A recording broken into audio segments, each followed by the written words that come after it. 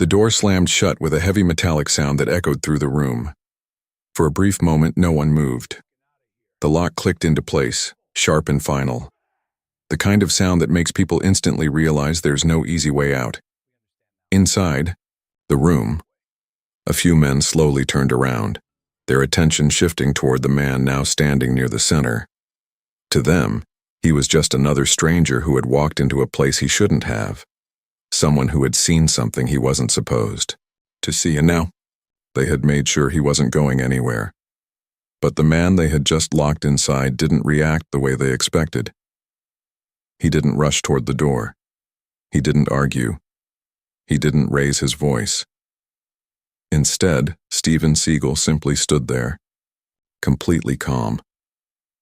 His eyes moved slowly across the room, observing everything: the exits, the windows, the distance between each person standing around him.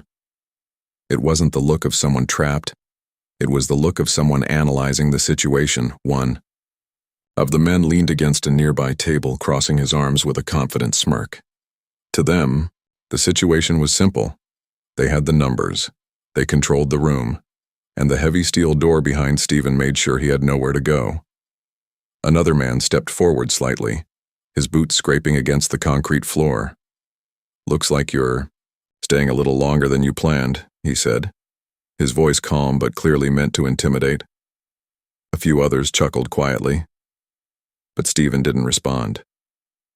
He didn't even look bothered. Instead, he took a slow breath and glanced once toward the locked door behind him, then back toward the men standing in front of him. The silence that followed felt heavier than any threat, because sometimes silence makes people more uncomfortable than words. One of the men shifted his weight slightly, suddenly unsure why the quiet man in front of them didn't seem worried at all.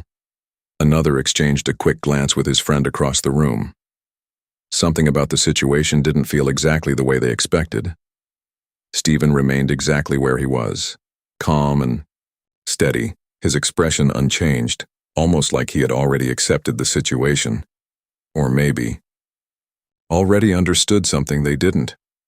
If a group of strangers suddenly locked you inside a room like this, what would your first reaction be? Just an hour earlier, the night had looked completely ordinary. The streets outside were quiet, lit by a few dim streetlights and the soft glow from nearby buildings. People walked past without paying much attention to what was happening around them. Nothing about the place seemed unusual at first. That's exactly why Steven Siegel walked in without hesitation. He moved slowly through the entrance, his posture relaxed, his expression calm. The kind of calm that usually belongs to someone who has seen enough of the world to know when to stay quiet and when to pay attention. Inside, the atmosphere felt different from the outside street. A few men stood around talking near a table in the corner. Another sat on a chair leaning back casually, while someone else walked past carrying a box toward a back room. At first glance, it looked like nothing more than a group of people finishing work late at night. But small details often reveal more than people realize. Steven noticed the way conversations stopped for a second when he walked in. He noticed how two men briefly exchanged a look before continuing their discussion. He noticed the door near the back wall that someone quickly closed. Most people would have ignored those details, but Steven didn't ignore them. He simply continued, walking a few steps further inside the room, quietly observing the environment without making it obvious. One of the men near the table glanced toward him again. "Looking for something?" he asked casually. Steven shook his head slightly. "Just passing through," he replied in a calm voice. That answer should have ended the interaction, but instead, it seemed to raise more suspicion. The man studying him didn't look convinced. He leaned forward slightly, watching Steven the way people do when they're trying to decide if someone belongs in a place or not. Another man walked over, lowering his voice as he whispered something into his friend's ear. Steven didn't react to the whispering. He didn't interrupt. He simply stood there for a moment, his eyes calmly scanning the room again. Every exit, every corner, every person standing nearby. Sometimes awareness looks so quiet that people mistake it for weakness. That was exactly what was happening here. To the group of men in the room, Stephen looked like someone who had accidentally stepped into the wrong place. Someone who didn't understand the situation he had walked into. Someone who would probably panic the moment things got serious. And when people become too confident in their assumptions, they usually stop thinking carefully. The whispers between the men grew slightly longer. Their glances toward Stephen became more frequent. The atmosphere in the room slowly shifted from casual to suspicious. Finally, one of them stepped away from the table and walked toward the door behind Stephen. He didn't say anything. He didn't need to. The message was already clear. They had made a decision about the quiet stranger standing in their room. And in their minds, that decision seemed simple. If someone walked into a place where they didn't belong, then maybe that person shouldn't be allowed to leave so easily. The atmosphere in the room had changed. What started as a quiet, suspicious curiosity was slowly turning into something more deliberate. Conversations had become shorter. The laughter that had filled the room earlier had completely disappeared. Now there was only quiet observation. A few of the men were watching Stephen Siegel more closely than before. Stephen could feel it. He noticed how two of them had subtly moved closer toward the door behind him. Another had stepped slightly to his left, creating a loose circle around the center of the room. No one had said anything yet, but sometimes silence is how decisions are made. The man who had first spoken to Stephen leaned back against the table, again crossing his arms as he watched him carefully. "You said you were just passing through," he said slowly. Stephen nodded once. "That's right."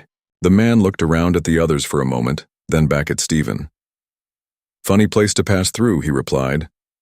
A few of the men nearby gave quiet, knowing smiles.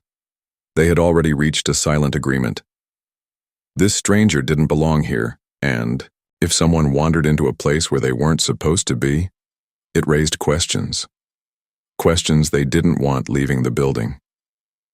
Another man near the back of the room casually walked toward the door behind Stephen. He didn't rush. He didn't make it obvious. But Stephen noticed the movement immediately. The man grabbed the handle slowly, then pulled the heavy door shut. A loud metallic sound echoed through the room. Then came the second sound, the sharp click of the lock sliding into place. That single moment changed the entire atmosphere. Now the decision had officially been made. The quiet stranger in the middle of the room was no longer free to leave. Several pairs of eyes turned toward Stephen, waiting to see how he would react. This was the moment most people panic. Most people start arguing. Most people demand answers. But Stephen didn't do any of those things. Instead, he remained exactly where he was. Still calm, still silent. His eyes moved slowly across the room again, taking in the positions of everyone around him. One man stood near the locked door. Two others leaned against the wall. Another stood beside the table with his arms crossed. Stephen seemed to study each of them carefully. Not aggressively, not nervously, just quietly observing. The man near the table noticed that calm behavior and frowned slightly. "You realize you're not leaving right now, right?" he said. Stephen looked toward the locked door for a brief moment. Then he turned his attention back to the men in front of him. His expression didn't change. "Is that so?" he replied calmly. The reaction was so unexpected that the room fell silent again. One of the men shifted his stance uncomfortably. Another rubbed the back of his neck, suddenly unsure why the situation didn't feel as controlled as it had a moment earlier. Because the man standing in front of them didn't look like someone who had just lost control of the situation. He looked like someone patiently waiting for the moment when things would become clear. Stephen adjusted his stance slightly, his posture relaxed, his breathing steady. The calmness in his behavior slowly began to affect the room. Confidence can spread, but so can doubt. And for the first time since the door locked, a few of the men began to feel something they hadn't expected. Uncertainty. They had surrounded him. They had locked the door. They had the advantage. At least, that's what they believed. But Stephen didn't look like a man who felt trapped. He looked like someone who had already accepted the situation and wasn't worried about it at all. That quiet confidence started making people uncomfortable, because when someone refuses to panic in a situation where panic is expected, it forces everyone else to question what they might be missing. Stephen slowly glanced around the room once more. Then he spoke again, his voice calm and steady. "You're making a mistake." The words weren't loud. They weren't threatening, but something about the way he said them made the room feel colder. For the first time since locking the door, a few of the men exchanged uncertain glances, and the tension in the room grew heavier. "Would you stay calm if several strangers suddenly decided you weren't allowed to leave?" The room stayed quiet after those words. No one laughed. No one made another joke. For a moment, the men standing around Steven Seagal simply stared at him, trying to understand why the situation didn't feel the way they expected. They had locked the door. They had the numbers. The advantage was clearly on their side. And yet the man standing calmly in the center of the room didn't look worried at all. That was the strange part. Most people react immediately when they realize they're trapped. They start asking questions. They raise their voices. They try to negotiate. Stephen did none of those things. Instead, he slowly shifted his weight and looked around the room again. His movements were controlled, measured, almost casual, like someone standing in a place he had already studied before. One of the men near the wall frowned as he watched him. "You seem pretty relaxed for someone who isn't leaving tonight," he said. Stephen glanced toward him briefly, then he shrugged slightly. "I've been in worse situations," he replied calmly. The words weren't dramatic, they were simple, but something about the confidence behind them made the atmosphere even more uncomfortable. The man near the locked door cleared his throat and stepped forward. "You think this is a joke?"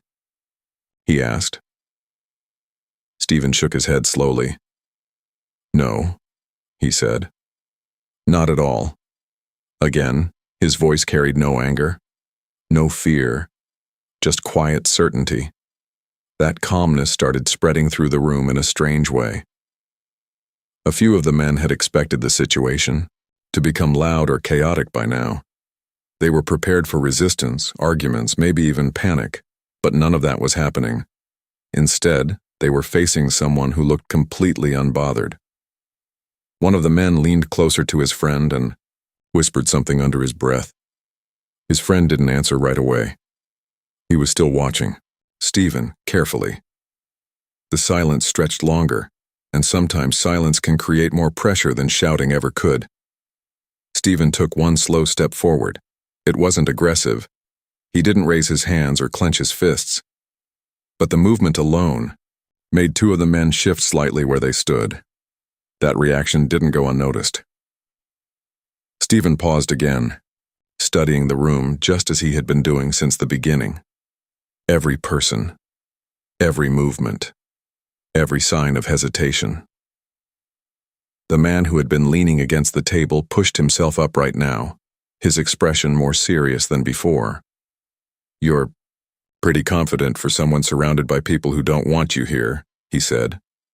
Stephen looked directly at him. For the first time, there was the faintest hint of a smile. Not mocking, not arrogant, just calm. "Confidence doesn't come from where you stand," Stephen said quietly. "It comes from understanding the situation."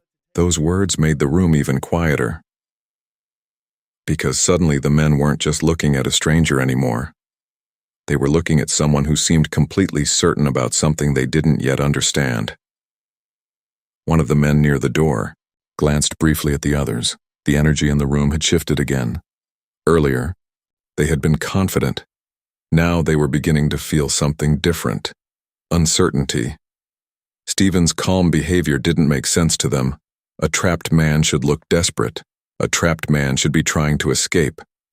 But the man standing in front of them wasn't acting like someone trapped at all. If anything, he looked patient, like someone waiting for the moment when the situation would finally reveal itself. Stephen slowly folded his arms and looked toward the locked door for a brief second. Then he looked back at the men. the same calm expression still on his face. And the longer that calm remained, the more uncomfortable the room became. The silence inside the room had become heavier than before. Moments earlier, the men surrounding Steven Seagal had been confident. They believed they controlled the situation. The locked door behind him was supposed to make everything simple. But something about the quiet man standing in the middle of the room had slowly begun to disturb that confidence. It wasn't anything dramatic. Steven hadn't threatened anyone. He hadn't raised his voice. He hadn't even tried to move toward the door. And yet the calmness in his behavior had started changing the atmosphere. The man who had been leaning against the table earlier finally stepped forward again. This time his expression was more serious. "You keep looking around the room like you're studying something," he said. Steven didn't answer immediately. Instead, his eyes moved slowly across the room once more. The windows. The narrow hallway, near the back. The positions of the men standing around him. Only after a moment did he respond. "Just observing," he said calmly. The answer sounded simple, but it made a few of the men exchange uneasy glances. Observing? That wasn't the reaction they expected from someone who had just been locked inside a room with a group of strangers. Another man, taller and broader than the others, stepped closer toward Steven. He stopped only a few feet away, trying to use his size to intimidate him. "You should probably stop observing and start worrying," he said. Steven looked at him. Not with fear, not with anger, just calmly. Then he slowly shook his head. "I'm not worried," he replied. The words were quiet, but the certainty behind them made the moment feel strangely tense. The tall man frowned. Slightly. People who try to intimidate others usually expect one of two reactions: fear or anger. Steven had shown neither. That alone made the situation confusing. Behind the tall man, another person shifted uncomfortably. He leaned toward his friend and whispered something quietly. No one else could hear the words, but the concerned expression on his face said enough. Something about this situation was starting to feel wrong. Steven took a slow breath and adjusted his stance slightly. The movement was small, but the way he carried himself suggested control. Control over his breathing. Control over his emotions. Control over the situation. And that was the moment the first real doubt appeared in the room. The tall man tried again. "You don't seem to understand," he said firmly. "You're not leaving tonight." Steven glanced briefly toward the locked door. Then he looked back at the group. For a second, no one spoke. Then he answered calmly.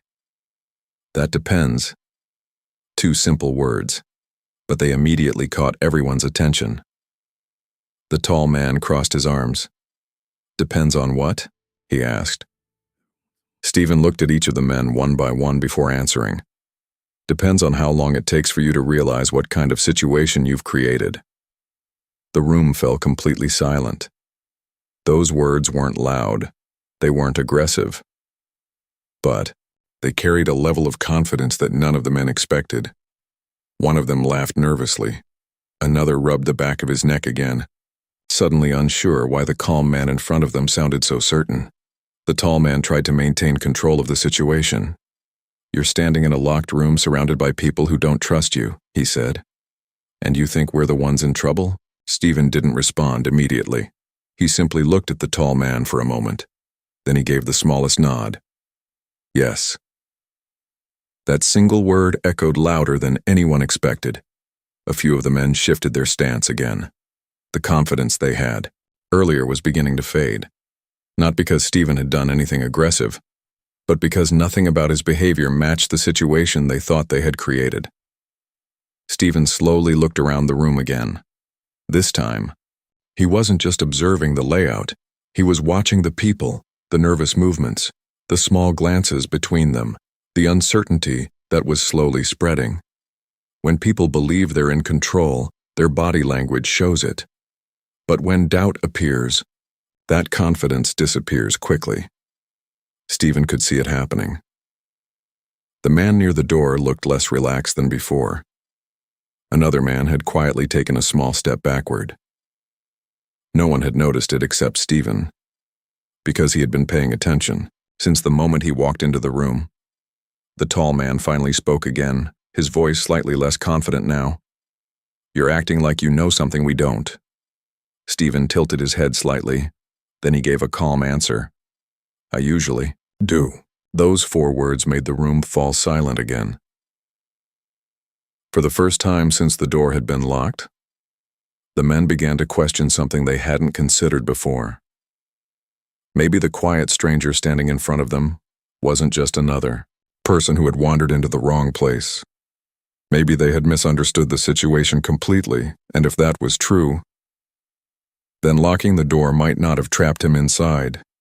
It might have trapped them all together with someone they didn't fully understand yet. The tension in the room had shifted subtly, but unmistakably.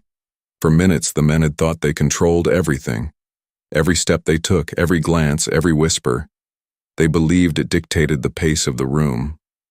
But now, the energy had changed, almost imperceptibly at first. Steven Seagal stood calmly in the middle of the room, his eyes scanning each corner and every person. The locked door behind him, once a symbol of his captivity, suddenly felt like a minor detail in a much larger game. The tallest man, still trying to appear dominant, shifted his weight from one foot to the other. He had spoken confidently just moments ago, issuing warnings and threats. But now his words seemed smaller, almost meaningless in the presence of a calm he couldn't understand. You can't just stand there," the man muttered, his voice betraying the first signs of uncertainty. Stephen's gaze didn't waver. He tilted his head slightly, assessing not only their stance but their confidence, and what he saw was a slow unraveling, a subtle hesitation in their movements, a quiet doubt in their eyes. He moved, but it was minimal, a slight shift of weight, a measured breath. Yet that small action carried more authority than any shouted threat. The room's dynamics were already beginning to change. Would you remain composed if the people around you started losing control, leaving the outcome entirely in your hands? The men exchanged glances, their silent communication betraying their growing concern. For the first time, they were reacting rather than acting.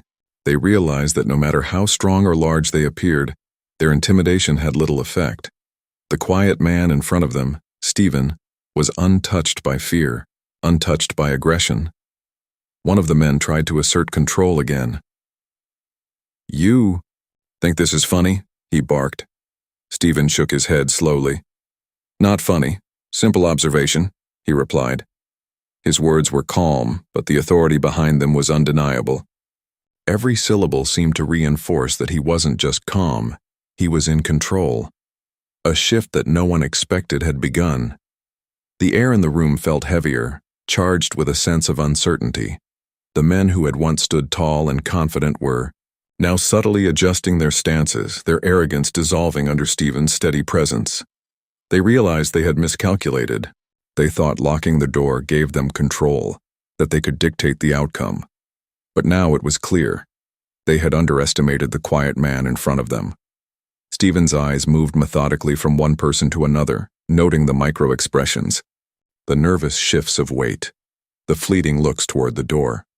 Everything revealed their unease. Everything told him exactly how fragile their confidence was. One of the men let out a quiet, nervous laugh. The sound was small but betraying. They were starting to recognize something they hadn't expected. The supposed prisoner held the power now. The supposed threat was no longer them. The shift was complete when the tallest man froze, mid-step, realizing his words had lost impact. Stephen remained poised, grounded, almost serene. He didn't need to make a move. His presence alone had altered the room's energy, making the men question every decision that had brought them here. The realization hit them. This wasn't about physical strength or numbers anymore. It was about composure, awareness, and control. And in that moment, Steven Seagal wasn't just in the room with them. He owned the room without lifting a finger. From that moment on, nothing would be the same. The men who had thought they held All the power were suddenly aware that their plan, their confidence, and their control were slipping through their fingers, and there was nothing they could do to stop it. The room had gone quiet, but not the kind of quiet that comes from peace. It was the heavy, tense silence of people realizing they had misjudged everything. Every glance, every gesture, every threat they had issued now seemed pointless. Steven Seagal stood at the center, calm, composed, and fully aware of the shift he had created. The air around him vibrated with subtle authority, the kind that doesn't demand attention but commands it simply by existing. The men who had locked him in, who had believed themselves untouchable, now exchanged nervous glances. Their confidence, once so apparent, had dissolved into uncertainty. Each of them realized something crucial. They had underestimated the man they tried to trap. It started with small acknowledgments, a slight pause in speech, a hand trembling as it reached for a doorknob, eyes darting, avoiding direct contact. They were beginning to see the truth. Control had never been theirs. Not really. Steven's gaze swept the room slowly, deliberately, and each person felt the weight of it. He wasn't threatening them. He didn't need to. The calmness he radiated was more powerful than any weapon. His presence alone was a statement. He understood more than they realized, and he was not constrained. By the door behind him, one of the men finally spoke, almost in disbelief. "Wait, you could leave any time?" His voice trembled slightly, betraying both shock and fear. A faint smile appeared on Steven's face. "Yes, I was never really locked in," he replied. Each word was deliberate, carrying the weight of realization. "You only thought you controlled the situation, but the truth is, you were always under my observation, and your actions made the choice for you. Would you stay calm knowing the person you tried to trap actually had the power to leave whenever they wanted?"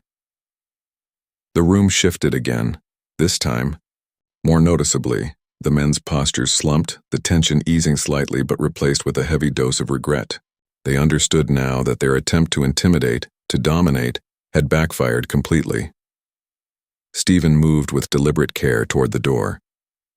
Every step reinforced the truth that had become painfully clear to everyone else. The one they thought was helpless had always been in control. The locked door, the careful planning, the threats, they all mattered less than they had believed. He paused for a moment, letting the silence sink in. Each of them now understood how thoroughly they had miscalculated. Their plan had been fragile from the start because it depended on fear, but fear cannot bind someone who refuses to be afraid. The realization cut deeper when they noticed the ease in his movements, the calm in his eyes, and the subtle authority that had been there all along. Steven wasn't just reacting, he was directing the room, even without raising his voice. Every instinct they had relied upon to maintain control was failing, and there was no recovery. By the time Steven reached the door, the men were silent, fully aware of their error. They had tried to trap someone they thought was powerless, only to discover that the person standing before them was the only one who truly held the power to leave. In that moment, the truth was undeniable. Their perception had been wrong. Their control was an illusion, and their arrogance had been their undoing. Steven Seagal didn't just walk to the door. He walked past the facade they had built and exposed the fragility of their dominance. And as the door opened, the final piece of the puzzle fell into place. The room, the locked doors, the threats. It had all been irrelevant. Only one fact remained. Steven had always been the one in command, and they had been blind to it. The shift was complete, and the truth had never been clearer. The atmosphere in the room had shifted completely. What was once tension and fear had transformed into quiet realization. Every person present now saw the situation from a new angle, one they had never considered before. They had come in confident, expecting to dictate the outcome, to control the narrative. But their assumptions had been shattered. Steven Seagal didn't raise his voice. He didn't make a single threatening move, yet the weight of his presence, the calm certainty in his actions had done more than any display of force could. It was as if the room itself had changed its rules, responding to the quiet authority he projected. The men who had tried to trap him now understood something fundamental. Control isn't always about power or physical dominance. It's about mindset. Their fear had made them reactive, impulsive, and predictable. Stephen's calmness had made him unshakable, even in a situation where everything seemed stacked against him. They looked at each other, silently questioning the choices they had made. How had they let someone so composed completely dismantle the tension they thought they had created? Every angry word, every harsh gesture now seemed unnecessary, almost foolish. Do you think staying calm in a tense situation gives someone more control than reacting with anger? Stephen moved deliberately across the room, not to intimidate, but to demonstrate that his movements were thoughtful, measured, and deliberate. Every step reinforced the new perspective. In situations where emotions run high, the person who remains calm can guide the outcome, while those who let anger take over often lose their ability to influence events. The men realized that their attempts to dominate the moment had relied on creating fear. They had assumed that by being aggressive and loud, they could force compliance. But they now saw the flaw in that logic. Fear can provoke reaction, yes, but it cannot control the mind of someone who refuses to panic. Each glance they exchanged confirmed the shift. What they had seen as power was actually weakness. Their belief that they could manipulate the situation had been their blind spot. The calm, steady presence of Steven Seagal highlighted their mistakes in a way that words never could. The room had changed, not physically but mentally. The perspective of everyone inside had shifted. They now understood that the true measure of control isn't force, it's composure. The realization was humbling, and in some cases terrifying. By the time Stephen approached the door, the men's fear had evolved into respect, acknowledgement, and a sense of defeat. They had misjudged not only his abilities but the power of staying calm under pressure. In that moment, it became clear that perception can be transformed instantly. What once seemed like dominance and control was revealed as uncertainty and overconfidence. The moment perspective changed, and it all stemmed from the quiet, unwavering presence of one man who refused to react in anger.